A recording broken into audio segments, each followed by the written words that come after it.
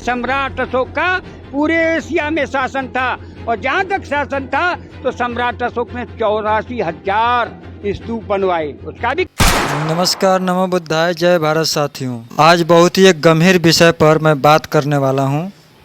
मैं चाहूँगा कि इस वीडियो में नए हैं कृपया चैनल को सब्सक्राइब कर लीजिए और इस वीडियो को फेसबुक पर देख रहे हैं तो पेज को फॉलो ज़रूर कर लीजिए।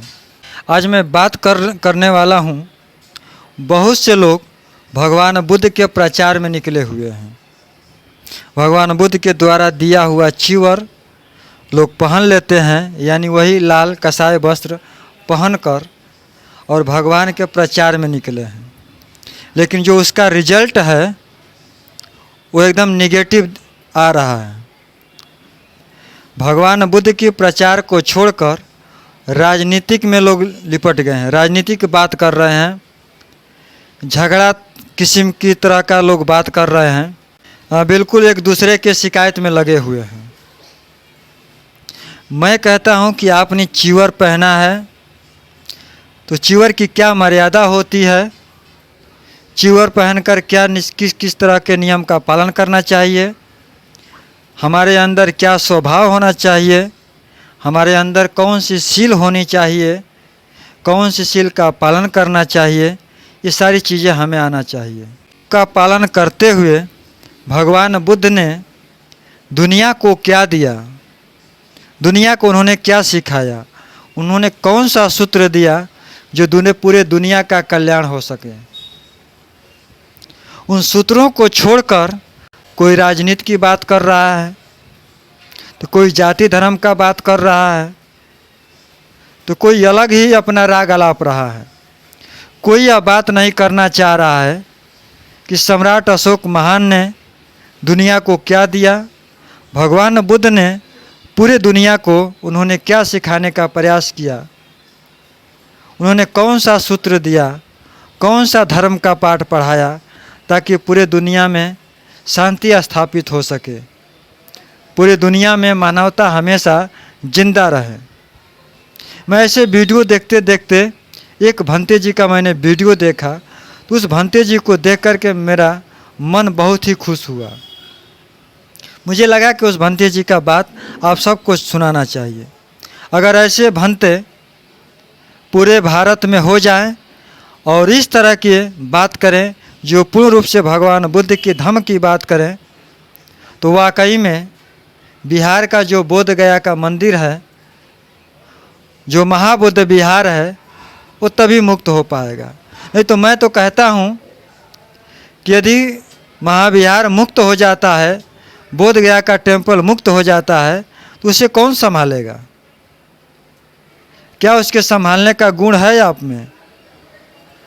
जो कोई जाति का बात कर रहा है, कोई अलग धर्म का बात कर रहा है, कोई किसी देवता देवी का शिकायत कर रहा है, तो क्या ऐसा करने से आप भगवान बुद्ध के धम्म को संभाल पाएंगे?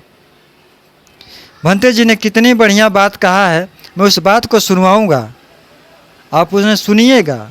भगवान जब सम्राट अशोक का समय काल आया तो सम्राट अशोक महान ने भगवान बुद्ध की नीतियों को स्थापित किया, उनके सूत्रों को जगह जगह शिलालेखों में लिखवाया और भगवान बुद्ध के सूत्रों की बात करते थे, ताकि जो भगवान बुद्ध का सूत्र है वो पूरे आम जनमानस में जाए, ताकि जब आम जनमानस जानेगा, समझेगा, तभी तो सीलों का पालन कर पाएगा।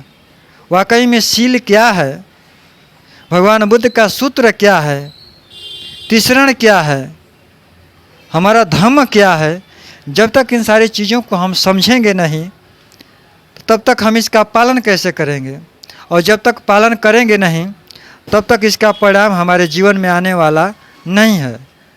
हमारा व्याकुल मन शांत होने वाला नहीं है, हमारे अंदर जो ईर्ष्या भरा हुआ है वो नष्ट होने वाला नहीं है, हमारे मन में, हमारे हृदय में करुणा मैत्री कैसे जगेगा, हमारे अंदर एक दूसरे के प्रति प्यार कैसे पैदा होगा। ये सारी चीज़ें जानने के लिए भगवान बुद्ध के सूत्र को जानना होगा, सम्राट अशोक महान को जानना होगा, उनके शिलालेखों को पढ़ना होगा।